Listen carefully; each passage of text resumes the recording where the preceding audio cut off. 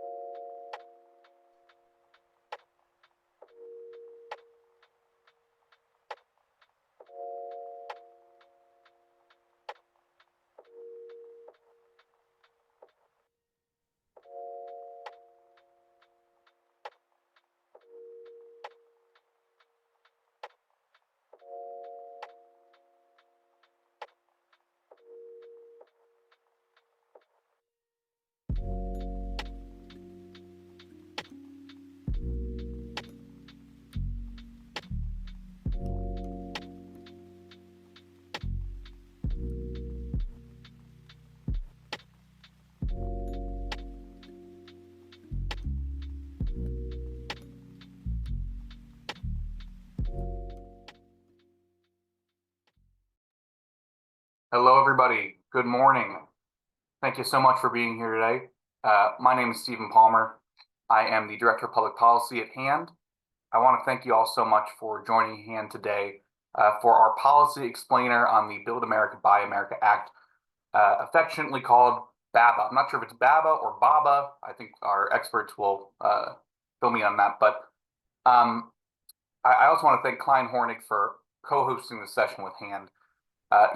We were planning this policy explainer, and I was talking to a few folks about BABA, and asked if they've worked with it, if they've had experience, and a bunch of different people in the industry in the region said, I know about it, but I don't really know what it is, and I know it's probably important, but God, actually, what is BABA? What is the deal? And so I think that shows just how timely today's webinar is. You're going to hear a lot from our experts, Adam Cohen from Klein Hornig and Josh Childs from Wesley Housing.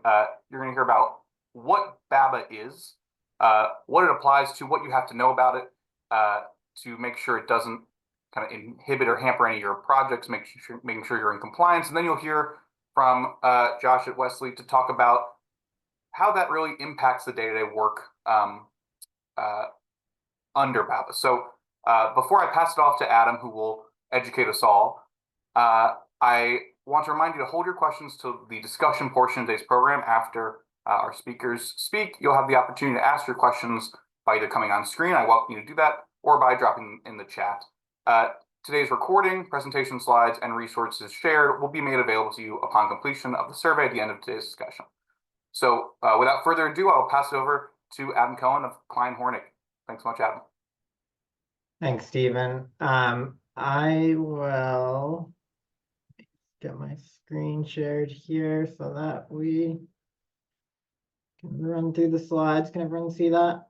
Looks great. Yeah, good. So hi, everyone. Like Stephen said, my name's Adam Cohen. I am an associate at Klein Hornig in our Washington, D.C. office. For those of you not familiar with us, we're a law firm that has kind of originally and historically been focused on nonprofit community developers and public housing authorities, primarily in the areas surrounding our Boston and Washington, D.C. offices. Today, we represent a large range of clients engaged in creating and preserving affordable housing across the country.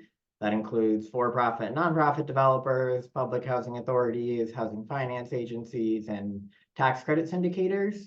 Along with our sort of primary expertise in low-income housing tax credit transactions, we also advise clients in community development lending transactions, including historic and new markets, tax credits, solar and other green energy financing, and navigating HUD and other cross-cutting federal regulatory requirements, such as the Build America, Buy America Act that we'll be talking about today. I don't have an answer on the BABA versus BABA pronunciation. I've tended to use BABA, even though my colleagues have pointed out it can make me sound like an infant, but there are, varying ways all of these acronyms get pronounced. So I guess we'll jump into sort of some of the background here, just as a high-level overview. So BABA was enacted in 2021 as part of the much larger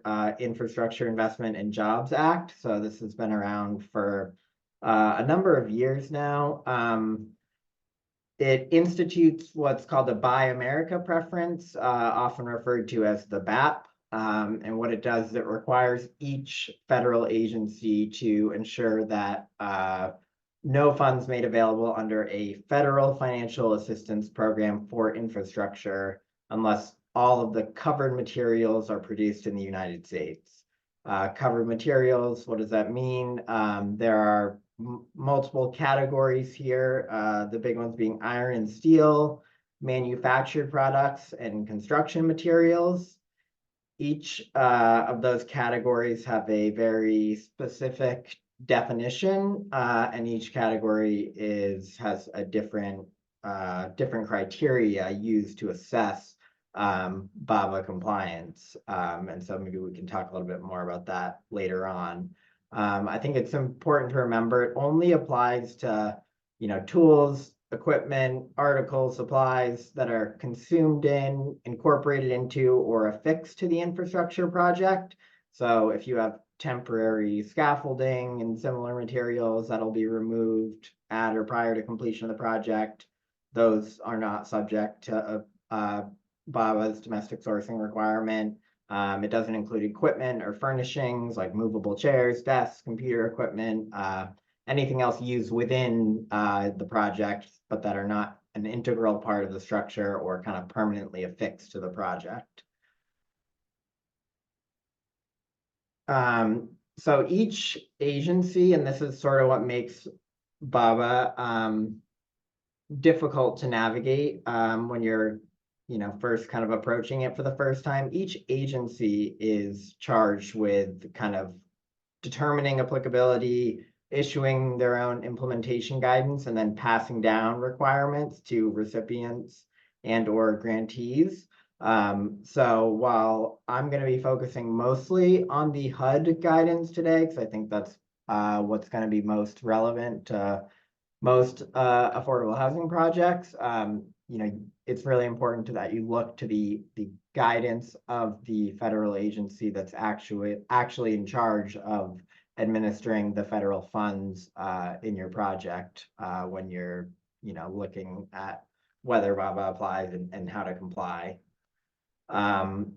When there are discrepancies amongst federal agencies, you have to basically comply with the requirements of each agency and really work with those federal agencies on getting clarity.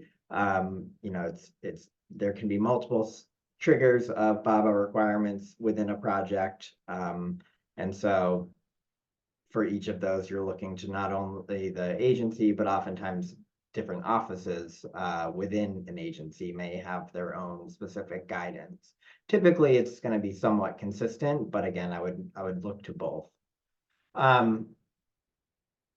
Just kind of from a bigger policy perspective, I'd say the law imposing BABA requirements passed in 2021, but many agencies, including HUD, issued these phased implementation timelines that we'll be talking more about that delayed the dates on which the requirements went into effect. Therefore, for most of our clients and their, contractors and funders, BABA's very new. And so, as you're also all very aware, there's a new administration in the White House. There's a new Congress. It's not clear what implications those may have on how the implementation regulations and guidance may continue to evolve. As I'm sure some of you have seen, the federal agency websites are not entirely accessible at the moment. And so I have sent over to the HAND team, and they'll be sharing with you kind of the latest implementation guidance and notices that are, what we really view as being controlling for the time being. So moving on, I decided I'd kind of start with some of, just a list of some of the key programs that we know kind of trigger or may trigger BABA requirements. No problem. I hope so too, and hopefully we can work together. This list is in no way, exhaustive. Again, you should look to those agency guidance to determine whether your funds may trigger BABA. But I use this to kind of highlight the fact that there are several sources that we very commonly see in affordable housing projects. Most significantly CDBG, HOME, the Housing Trust Fund. For the Office of Public and Indian Housing, it's Public Housing Capital and Operating Funds, Choice Neighborhood Implementation Grants. Office of Housing, so HUD's Office of Housing has yet to release any implementation guidance indicating, which programs may trigger BABA.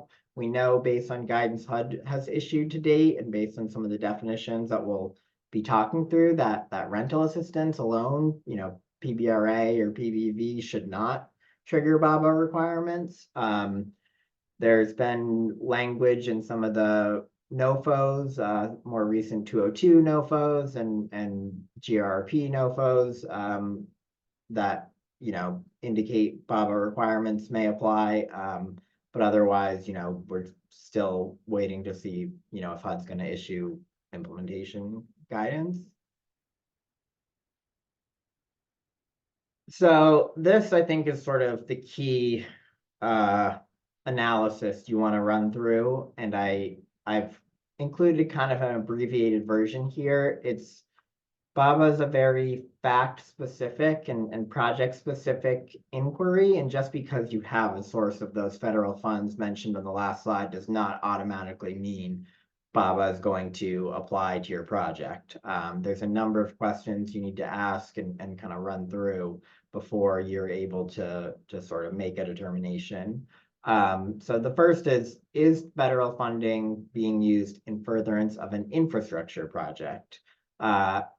Infrastructure under current HUD guidance includes multifamily affordable housing projects with 5 or more units.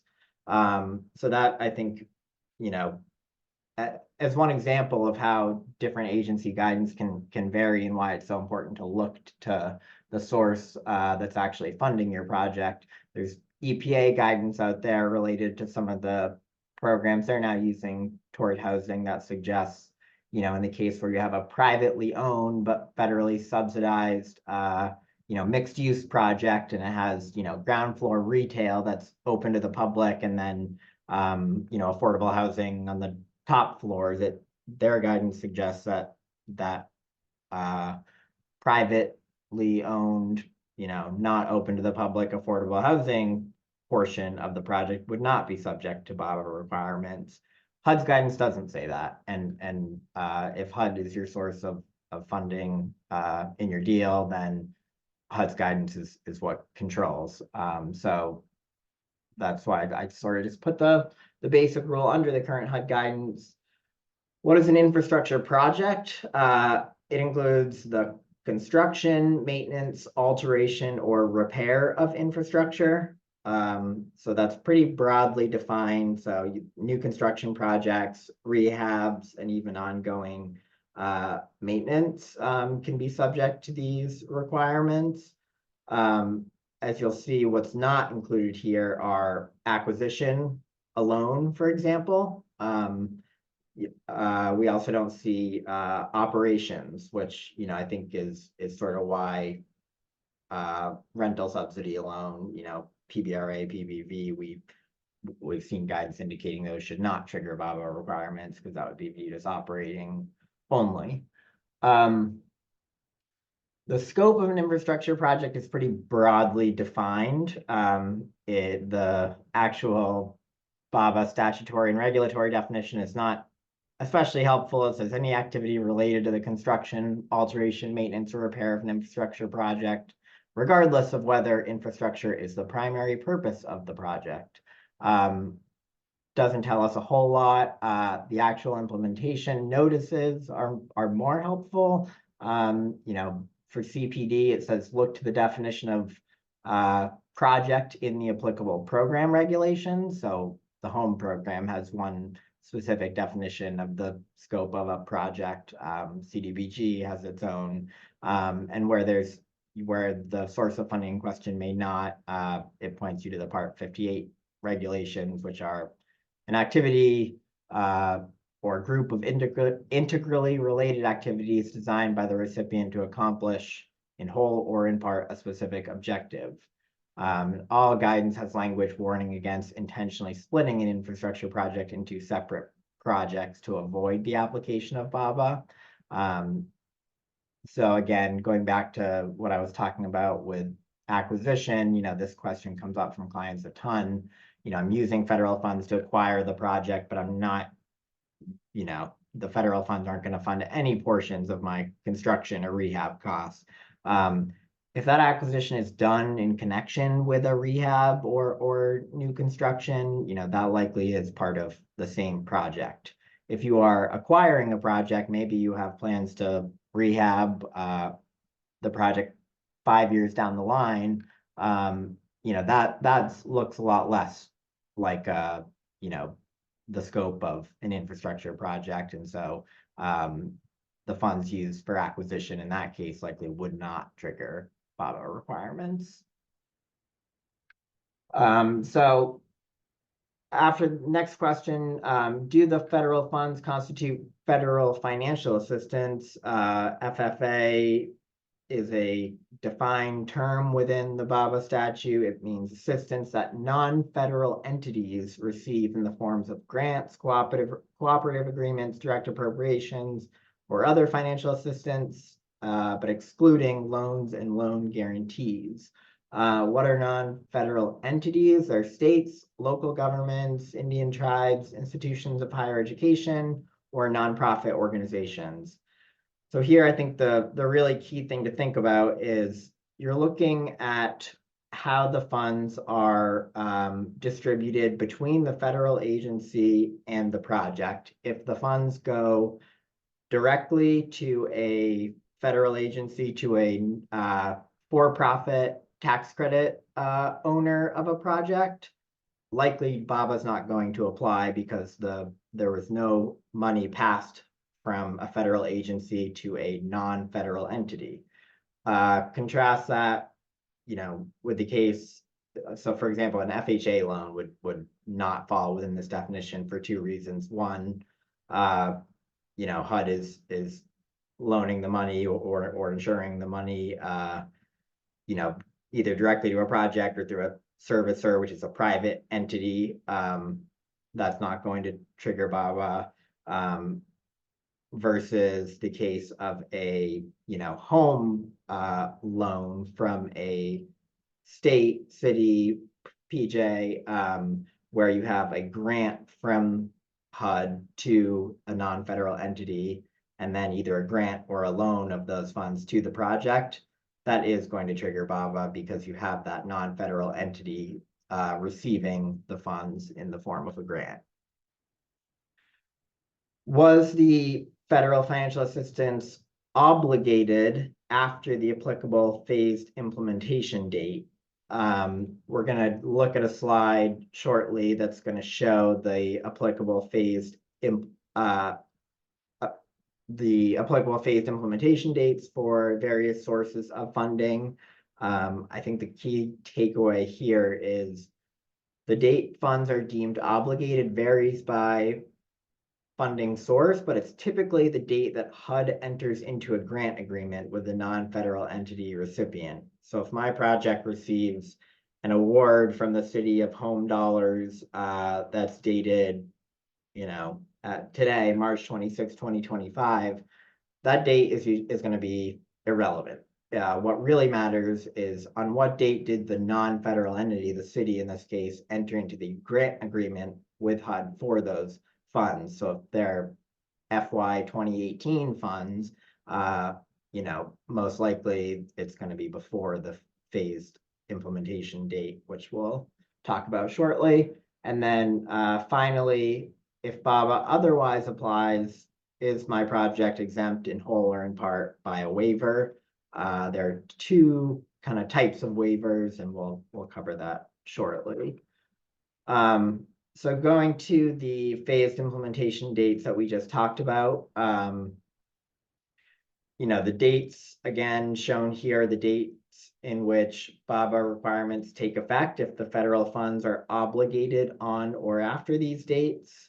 As you can see, it varies by not only HUD program, but in the case of some HUD programs, the implementation date can be different depending on what category of covered materials you are talking about. So for example, for CDBG, if the city entered into the grant agreement with the county in December of 2022, that project is going to be subject to BABA requirements for iron and steel, but not for these other categories of BABA covered materials. Some of the other programs may have more uniform dates kind of across the board. For home, you're looking at, have federal funds, were the federal funds obligated on or after August 23rd, 2024? If so, BABA applies across all categories of cover materials. If not, BABA does not apply to the project at all.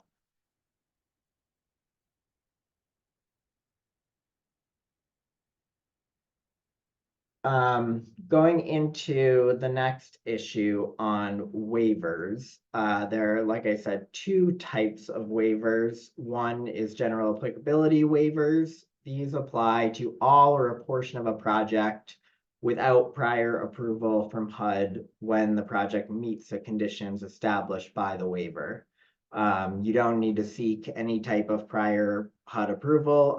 These just kind of automatically apply to all projects for which you have a HUD funding source. The general applicability waivers that are currently in effect all expire November 23rd, 2027, but they may, it says, or such shorter time as HUD may announce via notice. As of now, they have not updated that timeline, so we know November 23rd, 2027 is when these waivers take effect. Many of these are not going to be particularly applicable to most affordable housing projects. For example, the small grants waiver, which kind of provides a full BABA exemption. If the project receives less than 250,000 in covered federal financial assistance from all agencies, that's a pretty small dollar threshold. It could be the case you have a very small gap loan, a gap home or CDBG or something else, housing trust fund. But again, when you're looking at whether this waiver applies, you need to aggregate your total covered FFA from all agencies. So if you have, 150,000 of home plus 200,000 of housing trust fund, together that exceeds the threshold and this waiver wouldn't apply. Similar, the small dollar threshold exemption, it waives BABA requirements for all infrastructure projects with a total cost of less than 250,000.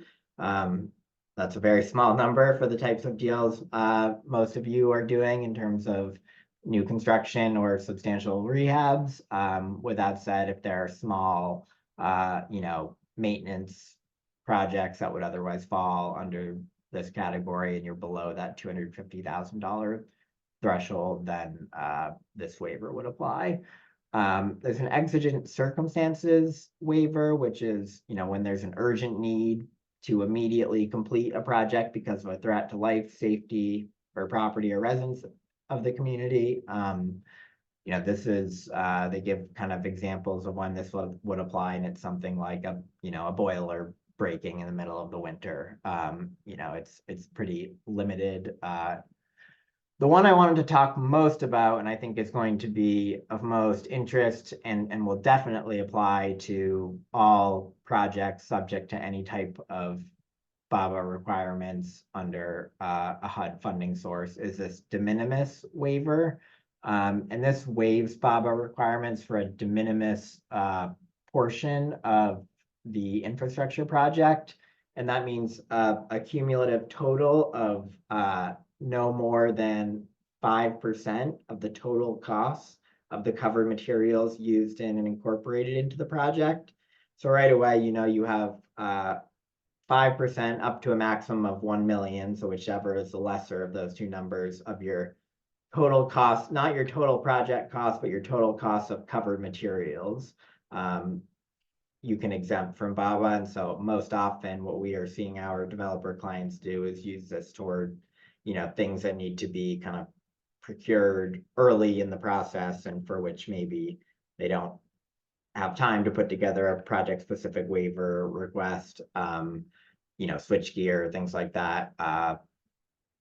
This de minimis waiver can be really helpful, but yeah, you want to be kind of intentional about planning for which costs you want to use it, and also about documenting that, which we'll talk about. The second type of waiver is a project-specific waiver. It requires an application by the non-federal entity recipient under one of the three categories that are listed here. Again, the non-federal entity recipient is going to be your county, your state, your sponsor of the project, if it's a grant to the sponsor and then a loan to the project. They're the ones that ultimately need to sign and submit the waiver, but typically it's going to fall on the developer and their contractors to do most of the kind of legwork to pull together the materials that are needed to support the waiver request. I have not seen that HUD is issuing many of these waivers. I'm not hearing that they're denying them. I think they are coming up to speed on this at the same time many others in the industry are. I've seen maybe one project-specific waiver issued by HUD, and it applied to like 104 projects and had to do with solar modules. While there are definitely cases where waivers, can and should be applied for, I would, really, as you're thinking about this and thinking about the need to plan early, if you think a project-specific waiver is needed, the earlier you can start that process, the better, given there does not seem to be a well-established kind of process or system going on at HUD in which they're reviewing and issuing these. And then also there's pretty,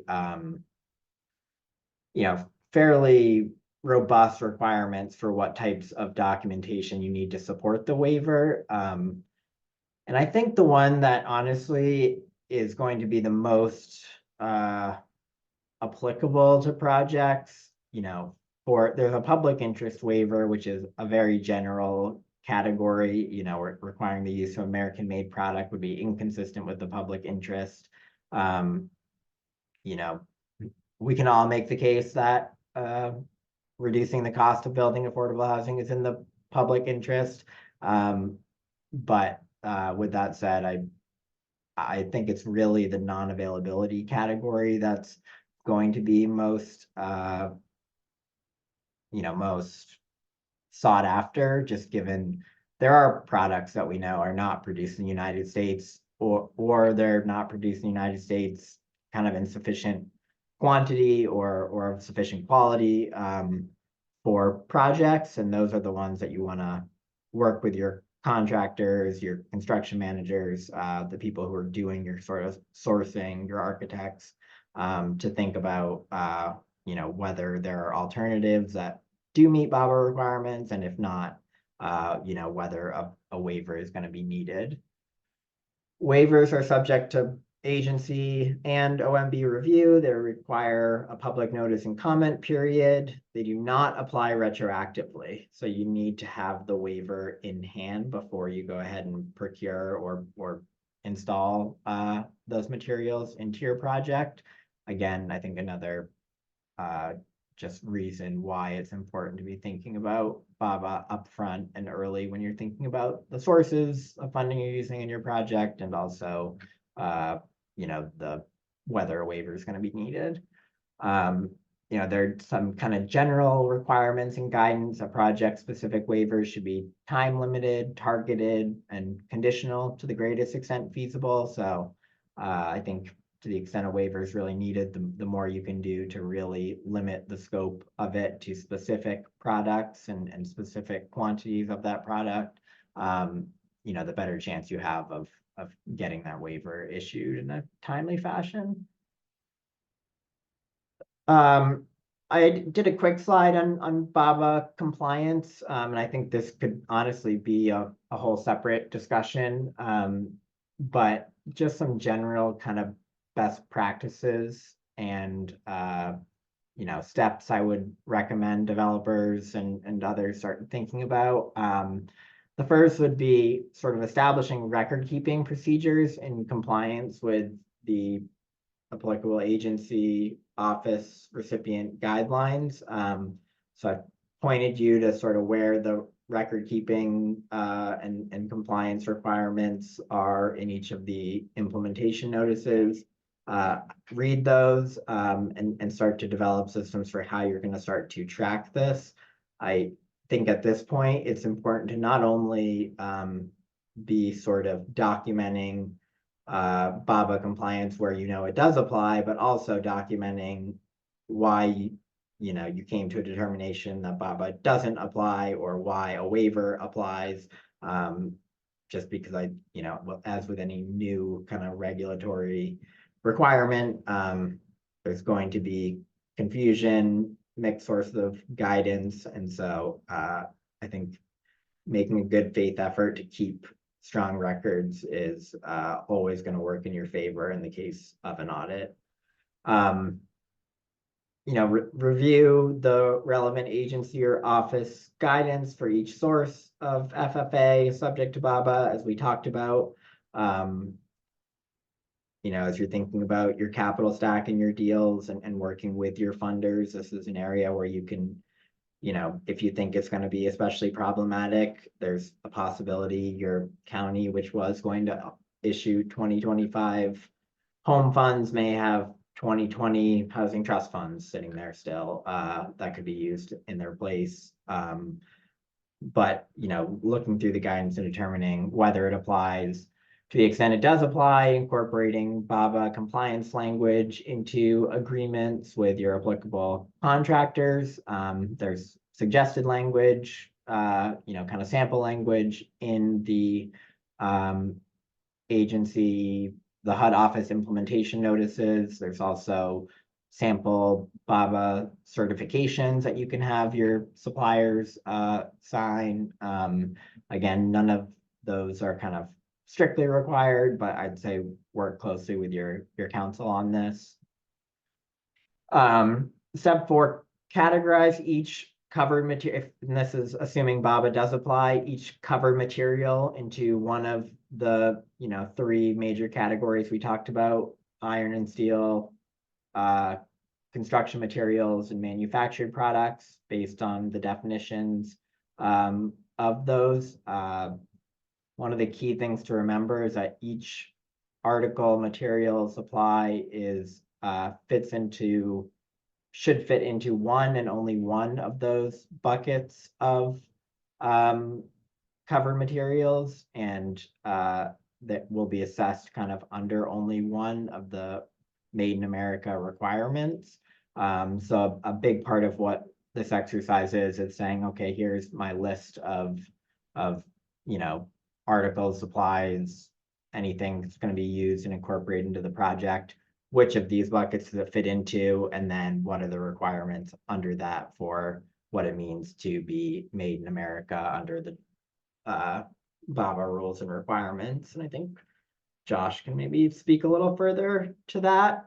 And then step 5 is conduct market research. Like I said, the earlier you can get ahead of this, the more likely you are to find domestic sources, and also prepare waiver requests if needed. HUD has been, and all the agencies have pointed to these National Institute of Standards and Technology Manufacturing Extension partnerships, which offer kind of free supplier scouting and other technical assistance resources on finding and identifying domestic suppliers, or confirming whether they don't think any exists, which can be helpful in putting together a waiver request.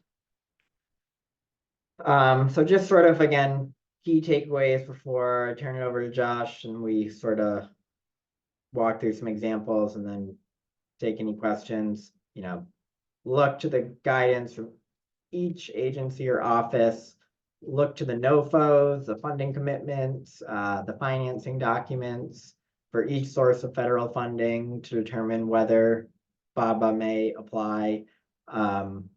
Run through, just because the source may trigger the requirements, that does not mean it necessarily does trigger it. You need to run through that applicability analysis and review any applicable waivers to determine whether the specific facts surrounding your project may or may not require BABA compliance. One of the appendices to the CPD implementation notice that's going to be sent out in the materials after this includes kind of a more detailed step-by-step applicability analysis checklist that I think is a useful resource. Again, if any source of federal financial assistance triggers BABA requirements, all purchases of covered materials are subject to BABA unless that category is excluded under the phased implementation timeline or the purchase exempt under a waiver. So again, as I said at the beginning, it doesn't matter whether you're using the federal funds to actually purchase your iron and steel or your construction materials. If you're using them in connection with your infrastructure project and you're using them for acquisition, but it's part of a larger acquisition rehab, all those purchases are going to be subject to BABA requirements, even if the materials themselves are bought with private dollars. Plan early, establish strong record keeping procedures, and again, track evolving updates. As discussed, these requirements are new. We have a new administration. Things are going to continue shifting here. but I think kind of as an industry, the more we're doing to get ahead of it, and also letting our agency contacts and members of Congress know how the requirements may be affecting your deals is going to be helpful in the long run.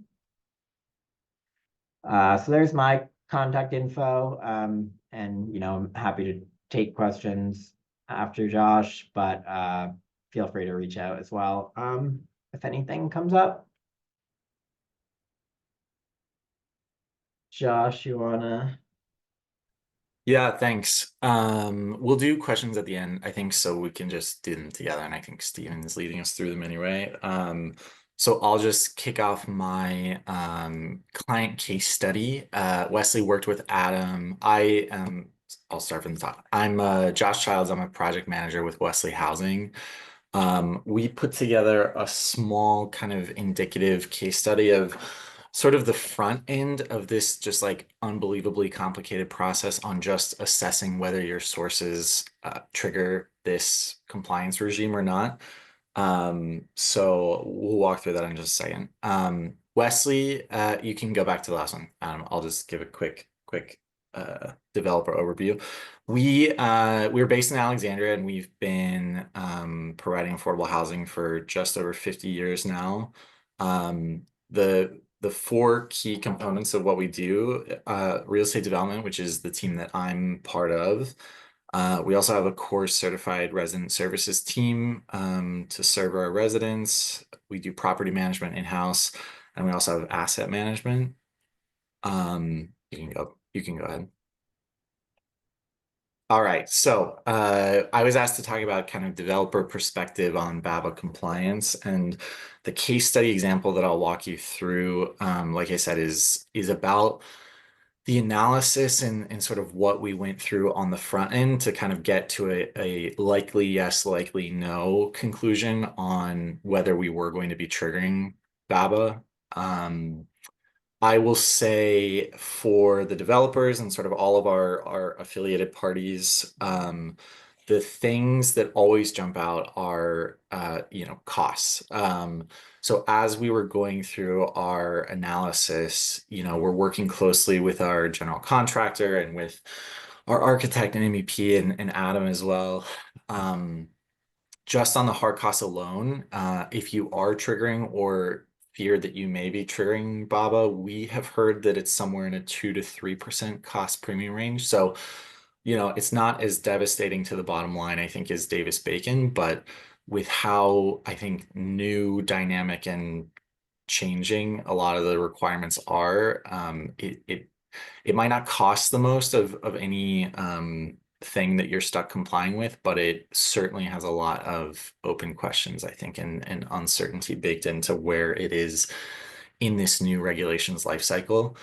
And that ties into sort of process and timing. So I think what I saw through our process earlier this year that were kind of my key takeaways. Uncertainty kind of leads to hesitation on a developer side.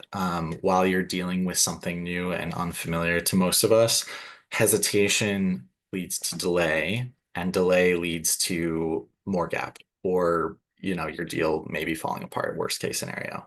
The wild thing that you'll see, sort of the conclusion of what we're going to take you through when we show you some sources and what we analyzed, is that delays also trigger more gap financing, and the gap financing at the end of sort of your deal trying to get to closing could end up being the thing that restarts the uncertainty process and could trigger BABA. So it's a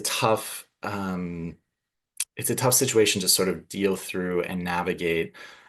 And to the extent that you are a developer listening to this, or are a partner or a local jurisdiction, I think I would just echo as loud as I can that like the timing and pre-planning is going to be super critical to making sure that you don't get caught up, as you're ready to bid for your GMP.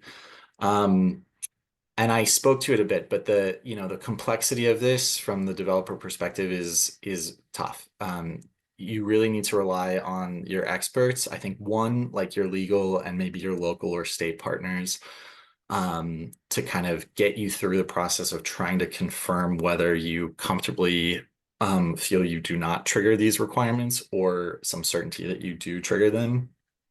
And then beyond that, it takes a lot of, like analysis and regulatory socialization among your, especially architect and MEP, and your general contractor. So, had we triggered BABA, I think we were fortunate in the sense that we did have a GC that had gone through it before and was kind of, I think, prepared to help steward the rest of our design team through the process. But when you're talking about all the parties it takes to kind of prepare for an exercise like this, you need to expect costs on your kind of key partners on your trades and design team, to be built into this. And the little snapshot I have here is something that's part of Adam's kind of take home material that I think Hand will circulate after this.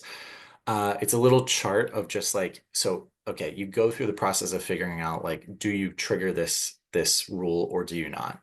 That's very difficult. If you do figure out yes, then you sort of go into like, okay, how do we actually comply with it? And to the extent anyone can actually read this or just follows up, it's the Made in America standard.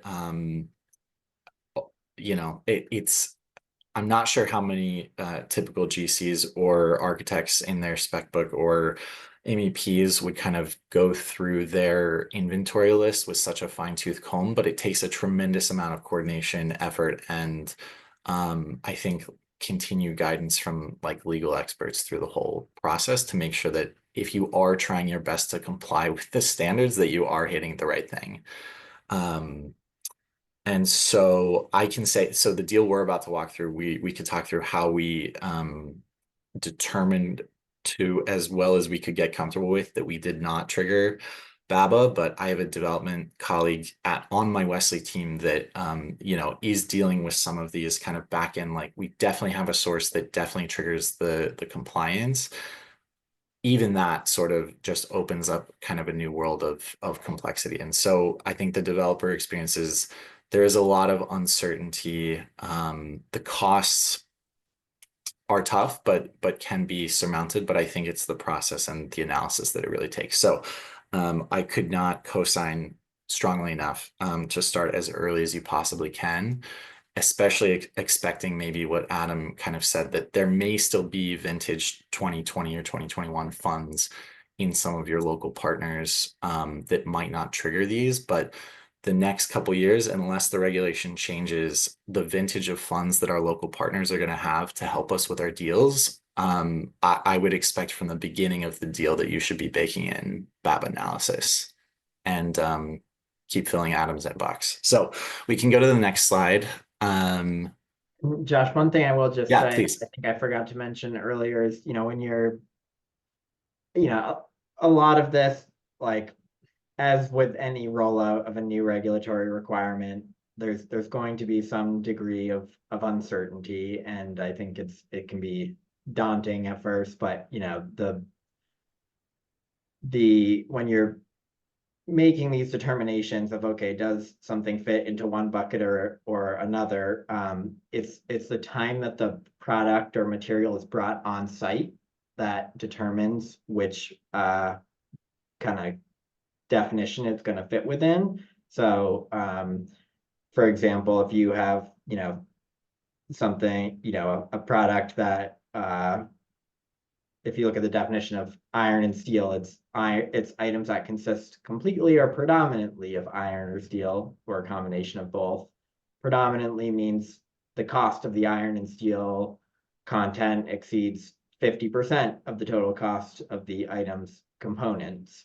If you're not within that threshold, then maybe it falls within, a manufactured product or something, or construction material. But depending on when those components are aggregated with others, you can sort of plan accordingly in order to maybe make a product be deemed BABA compliant or not. Yeah, I think just everything you just said emphasizes again that like it continues to be difficult. I think even after you determine if you trigger it, and the like from like a developer perspective on just what do you have to get through to execute on your deal and create the affordable housing that we and it's a team sport. Everyone else who's supporting us are trying to create. It is massive, I think, how much analysis has to go into the efforts in making sure you get it right. This is the start of our sort of numbers case study. This is a live deal, an active deal. Wesley's super excited about it. We haven't quite closed yet, so we turned some numbers a little bit generic, but here's an example of a complicated high mission deal with a really tedious capital stack to get to the bottom line. When we, as Wesley, started the analysis with Adam to help us determine, are we triggering BABA compliance with any of the multitude of sources we have? My colleague sent him like basically this exact chart in an email to just lay out what our capital stack of permanent sources look like to kind of kick off the process. And then maybe Adam, I'll start on the very next slide and then turn it over to you to talk about so when we got the response back, we were able to fortunately kind of hone in on just a set of the total sources. And I'll let Adam talk about like what the thought process was. But basically we had a bucket. We had to ultimately kind of go back on a couple of these to our funder partners to get more information on what the third column is, which is the key kind of the obligation date for the funds itself. But from our experience, I think it makes the most sense, send all of your permanent sources and then start to kind of narrow down, and Adam took us through piece by piece. Right, and I can just talk kind of briefly on why I identified these 4 sources and not some of the others as being potential BABA triggers. And this looks like a very complicated capital stack. I'm sure many people on this have seen capital stacks look very similar or even more complicated. These are typical of what we see in affordable housing projects. So I think, one of the initial things that can, we and many others can kind of help do is start by saying, okay, let's boil this down to which sources are actually in question here. And so, right off the bat, we confirmed the Virginia Housing Trust Fund did not include federal dollars. Because there was no federal dollars, we knew there was no federal financial assistance. We were able to cross that off the list. Similar with the high E funding, no federal dollars, it's a state funding source. Again, able to cross it off the list. LIHTC equity, whether it's 4% or 9%, tax credits do not fall under that definition of federal financial assistance, at least under the guidance to date. They're not grants, direct appropriations, etc. That would trigger BABA, and so cross that off the list. First mortgage is usually going to be either a private funding source, if you have a private construction or permanent lender, or it could be a public source if it's coming from a state HFA, for example. But again, that's not going to be federal dollars most of the time. And even if it were federal dollars, in the case of like a HUD GRP project, for example, if HUD is making a direct loan to a LIHTC for-profit limited partnership, that does not have there's no grant to it or appropriation to a non-federal entity. And so that was off the list. We'll talk more about this locality subordinate loan in a minute. The FHLB funds. We look to the federal guidance and all the implementation notices, the award letter, the funding announcement did not seem to implicate BABA. We already talked about the fact that vouchers, even though they are, trigger many other federal requirements, HUD guidance to date suggested these are operating subsidy, does not fall under the definition of a infrastructure project, which again is the construction, alteration, maintenance, or repair. And then deferred developer fee we know is not going to be a federal source. So that was off. So we were able to kind of boil it down initially to kind of 4 sources. National Housing Trust Fund, again, standard definition of it's a grant to a state agency, which is a non-federal entity, and then was going to be a loan to the project. That could have triggered subordinate loan from a locality. We didn't know. You need more information on what the source of the funding is.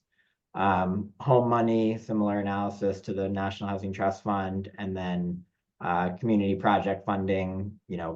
These are, for the time, no longer, but there are some that are still out there, not closed yet, but these are, the earmark funds that were coming through HUD and are potential triggers of BABA. The first kind of thing we went through is letting them know your award letter date, irrelevant. We're looking at the obligation date, which is almost always going to be something different. And again, I think what we ended up determining was that on the home and the housing trust fund money, again, under those programs, we're looking at the date HUD signed the grant agreement with the state for the funds that would be used. Because that grant agreement was signed prior to the phased implementation date, those sources didn't trigger BABA. The earmark funding, the relevant obligation date was the date that Congress actually passed the appropriations bill appropriating the funds to the project. So it didn't matter that we had, an award letter, an agreement signed after the fact. We were looking at the date the appropriations bill passed, and it was before the phased implementation date. Yeah, I could jump back into this one to say, so, we went through the analysis, we made it through the kind of 4 keys that we looked at the beginning. And, a complicated deal had some, we've had some delays in some, cost accelerants just beyond the scope of this conversation. But, the sort of funny thing is we have a great jurisdiction partner. They were going to or will step up to help us get sources equal uses across the finish line through these construction, some of the energy funds. We had to do new MEP systems to hit an automatic V2 update on the Zero Energy Ready Home. Delays cost money, and our jurisdiction has been really supportive in helping us get to the finish line. The funny thing in a sad way is that it came down really to this last piece of funding to get us whole again. And there was kind of a week there where we thought, oh no, like this last piece is going to end up being the thing that triggers this requirement and kind of kicking off a reset, and then a new gap automatically would have popped up. And it's development is like whack-a-mole to solve these problems on the capital stack. We, like I said, had a really supportive partner. We kind of walked them through guidance that we got from Adam on kind of BABA triggers.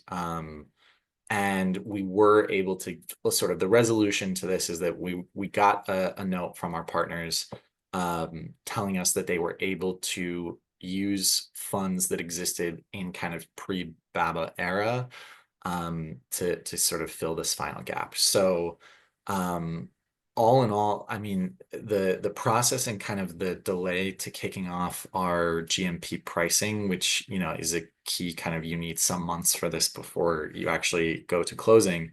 It was at least a month for this, very back and forth exercise on, are we going to trigger it? Will we then need to give the architect and design team, an extra 3, maybe 4 weeks to wrap their heads around the kind of materials list that Adam started talking about on, if we do trigger, this is now how we must comply. So the timing was really critical.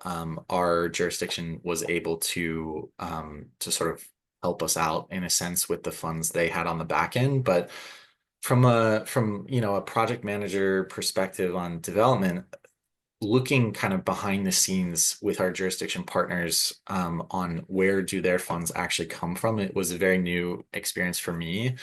Whether it's some kind of federal funding or local revenues that are funding a lot of these jurisdiction loans that it takes to get the affordable housing to close, is not really kind of a level of analysis I was familiar with. And again, like the key takeaway really is, as early as you can, and as early as you start to have financing commitments start to come into your deal at your jurisdiction or your other types of competitive funding that you're going through, I think the earlier the better, because more and more deals will be triggering this moving forward, because the old sort of clean rounds of funding are going to be gone and deployed. So I'd be super, super cautious on this and start as early as you can. Because getting stuck with a brand new massive compliance regime 4 months before closing would be very bad. So plan early. Right. And so for this last one, I mean, as we all know, you'll get funding commitments early on in the process, but they may not specify what source of funds are going to be used. And you oftentimes don't figure that out until much later in the process. So if you have a project like this where that funding source is really what's going to be the determinant of whether or not you have BABA requirements applying to your entire project, the earlier you can let your funding partners know, the more time they have to figure out what they have available for funds and whether they can sort of mix and match funds together to try to either avoid the requirements if a deal is ripe for closing, or provide guidance and give projects time to think about how to incorporate compliance. Sure. And I think, as a developer, if a local partner or a sort of a funding partner tells us here's a basket of compliance that's attached to the money, that's something actionable that you can really move forward on, I think. And so I'm sure different jurisdictions handle it differently, but to the extent that a jurisdiction might have the capacity, or kind of like a federal liaison or grants type manager, to help make sure that the partners know this is likely going to be something, or I think maybe that could certainly help. But even if the jurisdiction doesn't have the capacity, or maybe has not experienced BABA yet in deals they've supported, to at least make it clear that the developer partner is the one that needs to take the responsibility to kind of sort out this go or no go. So I'm sure different jurisdictions do it differently, but as early as it can be flagged, the better.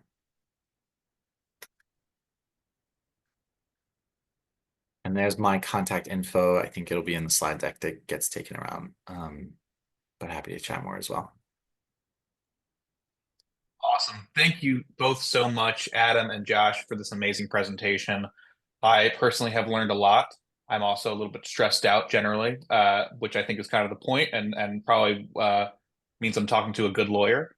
I'm going to open it up for questions. But before, so I generally I'm going to welcome anybody to put questions in the chat. We have a few, and you're also free to come off camera or come on camera, turn on your microphone and ask it. But I have one right away to start. Adam, the bottom line kind of big takeaway I took is, start early, be aware right away whether a particular source of funding will trigger these requirements. What happens if I don't do that and I've closed and I've got some, maybe I've started construction, and what happens if something turns out that it did trigger the compliance? What happens? What do I do besides calling you frantically at 3 a.m. because I've discovered a BABA trigger or something like that? Yeah, so I mean, we don't know a lot about remedies at this point, right? We don't know, there's nothing inherent in the statute or regs about what happens if you fail to comply. I think we can, based on our experience with other federal programs, if there's an audit, like maybe there's a finding issued, maybe there's repayment of sources has to be made. It's unclear. What I have always suggested is, just keep good documentation, especially when we're in these early years. I think, you're not going to get straightforward answers on whether each material, HUD's not going to sit there and confirm your analysis that this is a manufactured product and not a construction material, or this is iron and steel and this supplier, this product meets the definition. There are those certifications I had talked about in the guidance. There's guidelines on kind of record keeping and other things you can safely rely on. But the best you can do to just make a good faith effort and really just sort of document how you're going through this process and why what you're determining fits into which bucket, which costs you're taking out under the de minimis waiver, things like that, I think go a long way. In the few cases where projects are audited. I would also just flag, there is an FAQ in the recent CPD notice that says if I receive a source of funding post-closing that would trigger BABA, even if construction's already started, the entire project may still be subject to BABA. And so, think about that as you're bringing in post-closing sources and think about it early if you think that may be the case. And it says just kind of to reach out to your HUD, field office contact who can kind of help assist in those cases, which are not probably super common, but do definitely happen. And again, your funding partner, your non-federal entity recipient, the county, the state, the city, the sponsor, if it's a grant to a nonprofit and a sponsor loan into the deal, they're the ones that have those lines of communication with HUD, and they're who you should be working with to talk to HUD about these types of questions.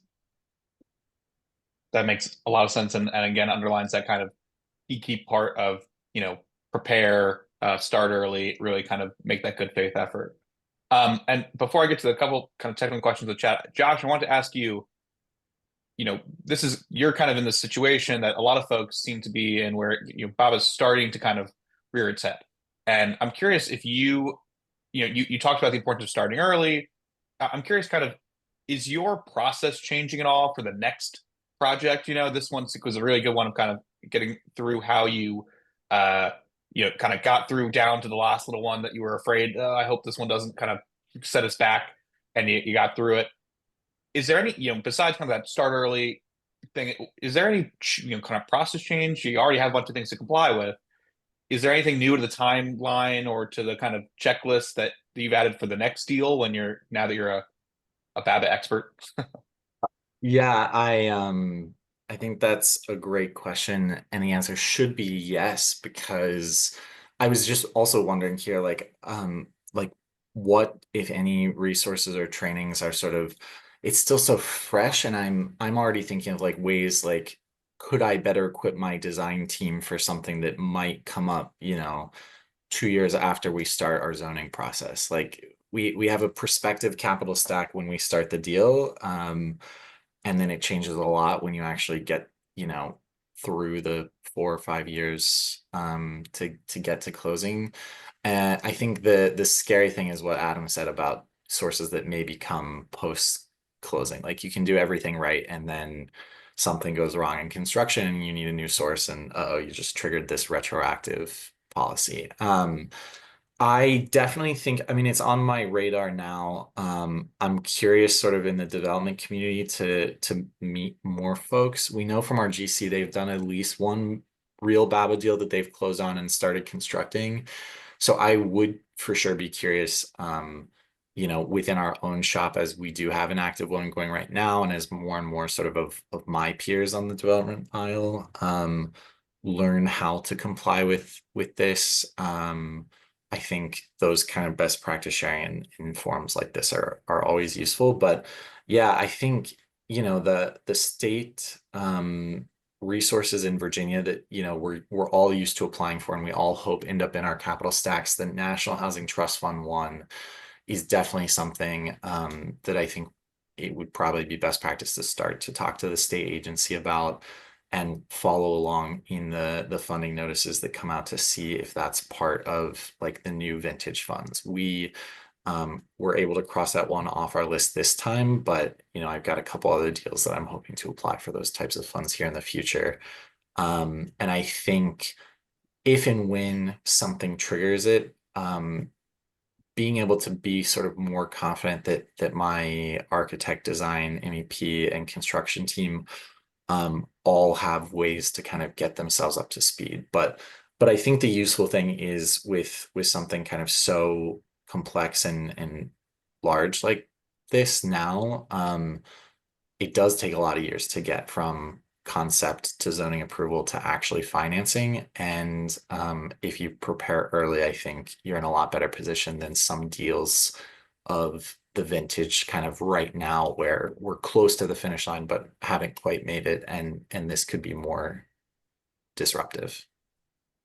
Thank you for that. Yeah, really emphasize like the nascent, status of all these changes, and kind of how we're really at like the kind of day one in a lot of ways of implementing it. Bunch of good questions in the chat. I have a few kind of on waivers for you, Adam. Alex and Anna ask. Alex asks, so the de minimis waiver, is that as of right, or do you need to apply for it? And a follow-up related to the project-specific waivers, is there a time limit on those? Question I had too is there a yes or no? Can we be expecting that after a certain time period, or is it just kind of don't use this money until we tell you, period? Yeah, the first one is I think they're both somewhat straightforward. And so yes, the de minimis waiver is as of right. It's in effect until the date shown, I think it was November 30th, 2027, unless HUD were to rescind it earlier, but it's as of right. That the lesser of 5% of your total cost of covered materials or $1 million, you can exempt. The time limit on agency and OMB review, there isn't currently, not built into the statute or the regs or any guidance I've seen to date. We know that basically the process is it goes to HUD, HUD reviews it, maybe comes back with questions or comments. Once it approves it, it sends it up to OMB's Made in America office, which reviews it. It goes out to a 15-day public comment period, and then, it's reevaluated and then posted if it's, ultimately granted. There's no, if you don't hear back within 6 months, it's deemed approved or anything like that. So like I said, which is why I flag if you think you need a waiver, starting that process early, even if you don't yet have the materials ready to submit the waiver request, at least putting the agency on notice that it's coming, and making sure you have found the right people, and doing that through your non-federal entity recipient, your funder, is sort of the best path on that. Yeah, why am I not surprised? There's no shot clock or anything like that, but that's helpful. Jerry asked if you could touch on whether the EPA guidelines and requirements are similar or different in any big ways to HUD's. Yeah, so I'm not super well versed in EPA's guidelines, given I mean the ones that I had sort of been focusing on were issued kind of in connection with the GGRF funds, which, you know, the status of I think is uh a little up in the air, but you know, the one key difference that, you know, I have noted is that they really seem to, which, you know, I think many in the advocacy and industry group associations were pushing for HUD to do the same, which was to look at the OMB guidance of how agencies should interpret BABA and say housing is not public infrastructure. These are people's private homes. The EPA guidance seems to kind of take that approach and say, you know, if there's a mixed use project and there's ground floor retail or something else that is open and available to the public, that is subject to BABA.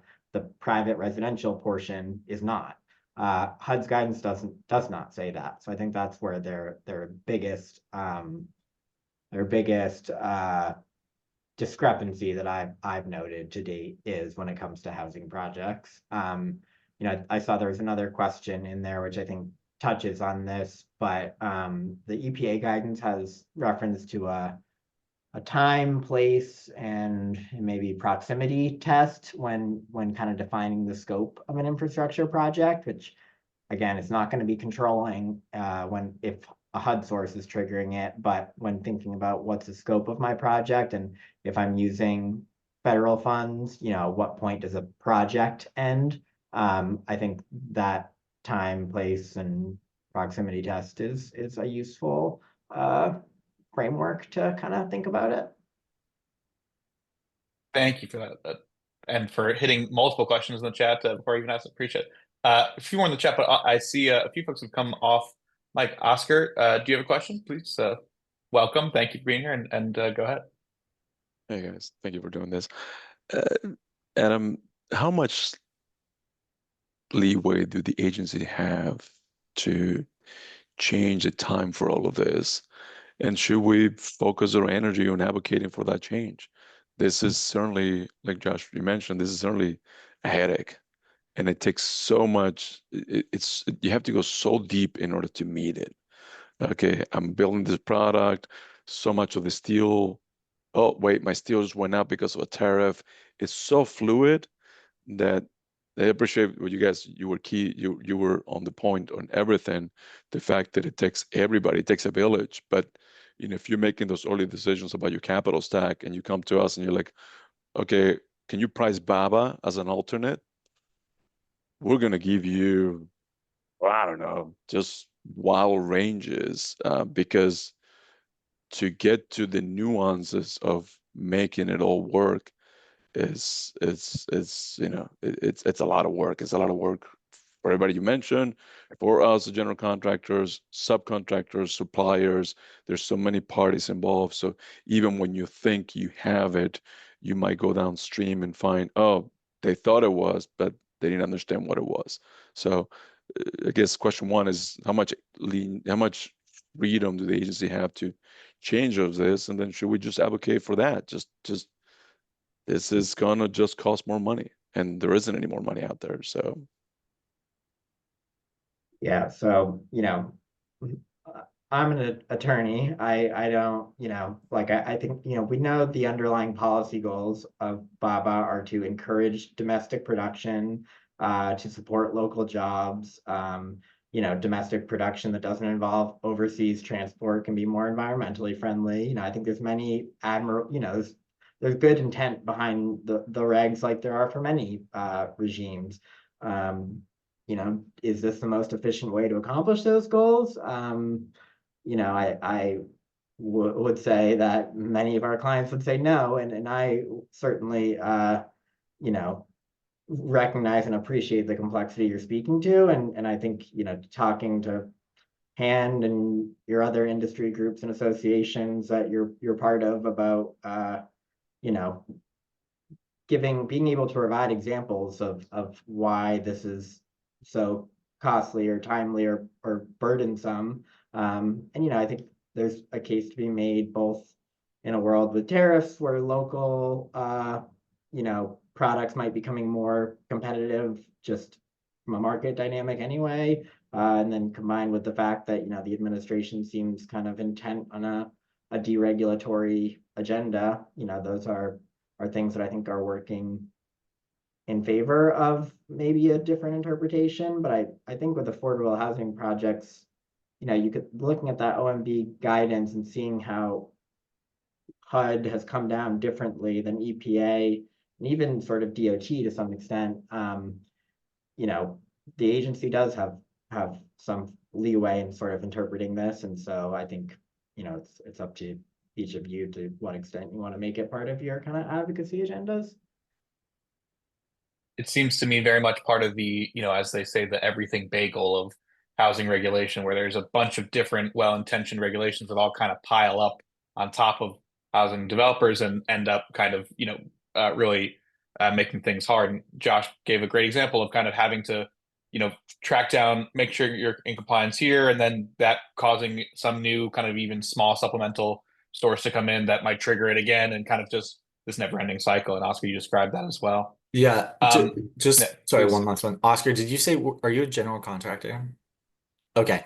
Yeah, I mean, you know, developers put you under tremendous pressure to help us perform. So I totally, like, it's gonna be difficult. And I'm curious, well, we don't necessarily need to discuss it here, but I think the freshness of BABA versus, like, we know that Davis-Bacon costs more, and maybe the compliance regime is even tougher, but it's older and more established. So it's like, you know, that's also an example of something we're hoping that we don't trigger unless we have, you know, the funds that do it. But I think the uncertainty in where sort of things stand, the waiver process is a massive, massive risk, because there is no time built into, if you even have a good claim, can you actually get it approved to be able to execute on your sort of good intent and well thought out, expensive analysis process. So I think the freshness of this also kind of just adds to the hesitancy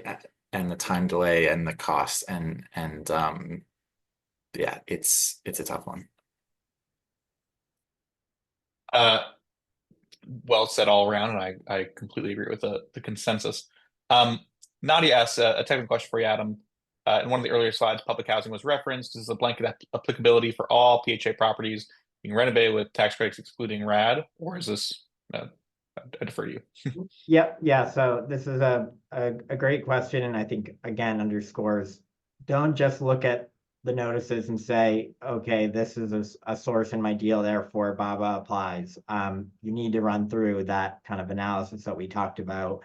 Do you have public housing capital or operating funds? Are they being used in the construction, maintenance, alteration, or repair of infrastructure?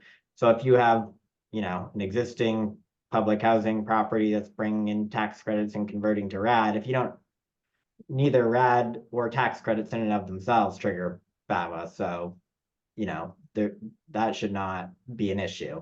Do you have a gap source that triggers it? Maybe, in which case it would apply again to the entire project. So, you know, making sure you're working with your council, your funders, and running through that full analysis, and not just, you know, I think it's going to be easy for agencies and funders to sort of just include kind of blanket language on BABA in documents, but it's always going to be subject to the requirements of the act, and the requirements of the act may lead you to the analysis that it doesn't apply. And we're almost at our time here, and we could probably talk about this for hours and hours. So just a couple more quick questions in the chat. With CMASks, for manufacturing, how should the vendor supply certification that meets BABA requirements? Is there an agency that certifies vendors, manufacturers, etc.? Yeah, so there's not the agencies won't be certifying them, and you won't be getting yes or no's from the agencies, but the manufacturing extension partnerships, of which I included a link to my slide, has vetted some of these, and so I would suggest using those. And each state has its own contracted, you know, partnership lead organization under that program. I'm not overly familiar with these organizations, but that's sort of, what's pointed to in the HUD guidance as sort of where you should start in trying to identify domestic materials. And then in terms of the vendor supply certifications, look at your implementation notice guidance. I put the section references in my slides. The PIH guidance has kind of, depending on the monetary threshold of the purchase, you need to have X, Y, or Z, certain type of label, an email confirmation, a phone call that you recorded records of, and those lessen for smaller purchases. CPD doesn't have as specific, but has just kind of a range of various things you can rely on in sort of determining that they are compliant with BABA. Got it. Okay, great. And then last question, I think, a helpful one for either or both of you. Since there is no response timeline for the project-specific waiver approvals, I'm curious to know what you are seeing as the most efficient way to procure materials that the GC suspects are eligible without delaying development, and are you seeing construction delays due to slow approval turnaround?